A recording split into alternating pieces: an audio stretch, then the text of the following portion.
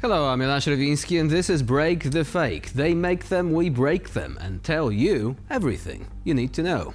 Putin is back in his bunker, where the decor screams Cold War nostalgia, and the strategy is straight out of a villain's handbook. The vintage telephones on his desk are a nice touch.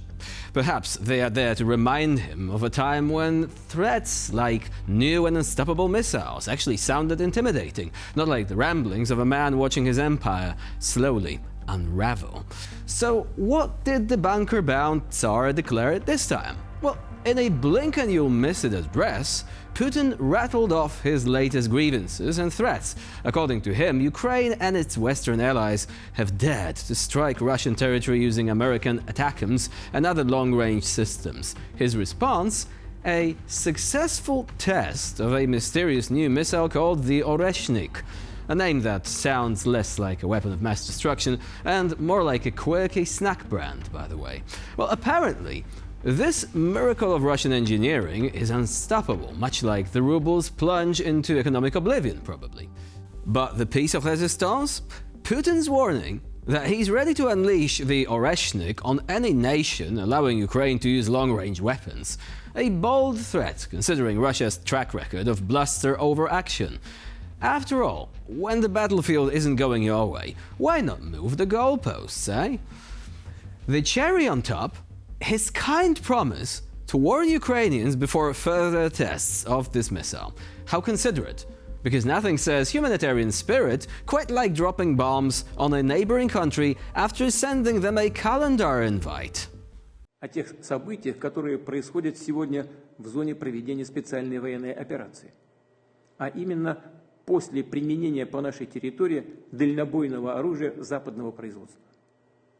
Продолжая курс на эскалацию спровоцированного Западом конфликта на Украине, США и их союзники по НАТО ранее заявили о том, что дают разрешение на применение своих систем дальнобойного высокоточного оружия по территории Российской Федерации. Экспертам хорошо известно, и российская сторона это неоднократно подчеркивала, что использовать подобное оружие без прямого участия военных специалистов стран-производителей такого оружия невозможно. 19 ноября 6 оперативно-тактическими ракетами «Атакамс» с производства США и 21 ноября в ходе комбинированной ракетной атаки системами «Шторм Shadow» производства Великобритании и «Химарс» производства США были нанесены удары по военным объектам на территории Российской Федерации в Брянской и Курской областях. С этого момента, как мы неоднократно подчеркивали, ранее спровоцированный Западом региональный конфликт на Украине приобрел элементы глобального характера. Ultimately, it's classic Putin theater, dramatic, self-serving, and as detached from reality as his own claims about Russia's unstoppable military might. The only thing unstoppable here is the international eye roll his speeches continue to provoke. Keep it, Vladimir, the world's popcorn supply isn't running out anytime soon. Belarus, the land where imagination runs wilder than Lukashenko's moustache. In the latest installment of As the Dictatorship Turns, Lukashenko's propaganda squad is busy conjuring up fantasies about Polish plots to invade Belarus and train terrorist cells made up of, you've guessed it, Belarusian opposition members, because obviously Poland has nothing better to do than dream of annexing a landlocked country with a failing economy and a dictator who thinks the KGB is still relevant. According to Belarusian state broadcaster ONT, Poland is secretly training rebels in multiple cities and is apparently treating Belarus like its own property. This isn't just propaganda, it's fan fiction, written by someone who clearly skipped history class. Poland, a NATO member, risking international chaos to invade Belarus? Sure, and Putin's bunker is actually a yoga retreat. Enter Konstantin Vučić, the head of Belarusian KGB investigative unit and Lukashenko's favorite alarmist. In a completely believable twist, Vučić claims these terrorist groups have gone full Jason Bourne, adopting super-secret methods to avoid detection after the Belarusian regime politely informed Poland of their existence. Imagine the Polish government reading that letter, rolling their eyes, and promptly tossing it into the shredder. Вооруженное нападение на Беларусь. Сделать это можно, зайдя с 3 сторон. Одновременно ударить с юга, запада и севера. Вот на этой карте показано, как будет. И это абсолютно реальные планы, которые мы подтвердим чуть позже. Примерно так, исключая разве что южное направление, действовала нацистская Германия. Но методы такие же.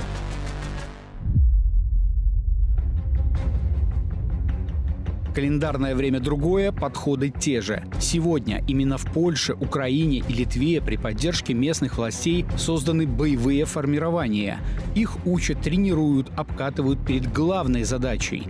И замыслы очень схожи с фашистскими. This whole charade is about creating a state of emergency to justify Lukashenko's warmongering and keep his citizens terrified of imaginary enemies.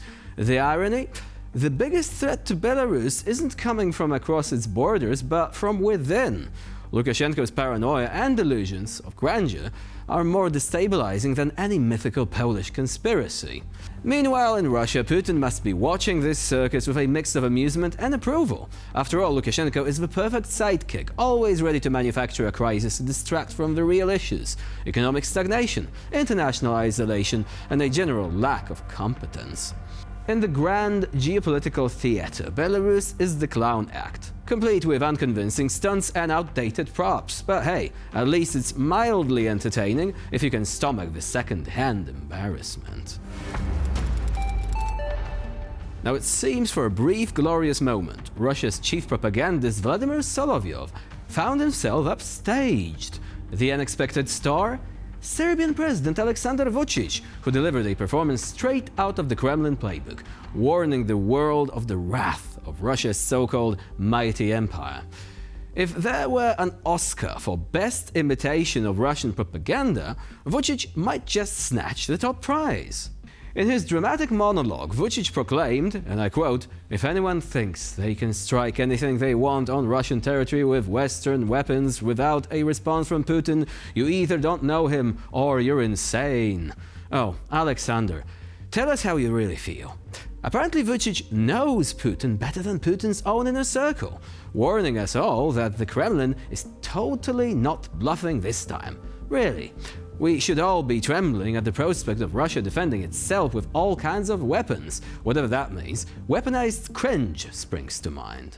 Da kaže šta god hoće. Ako neko misli da ćete vi da gađate sve što poželite na teritoriji Ruske federacije uz logistiku zapadnih zemalja, uz oružje zapadno, ono koje ne postoji ni u Srbiji, ni u Slovačkoj, ni u Ukrajini, a da to prođe bez odgovora i da Putin neće da upotrebi svaku vrstu oruđa i oružja koja mu je potrebna, za koju on smatra da je potrebna, vi ili ga ne poznajete ili niste normalni. Treća opcija ne postoji.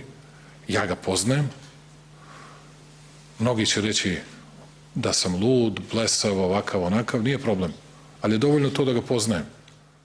One has to wonder if Vučić is auditioning for a slot on Solovyov's nightly show, by the way. After all, this level of fear-mongering and doomsday theatrics would fit perfectly alongside segments about imaginary NATO invasion and Putin's invincible arsenal of superweapons.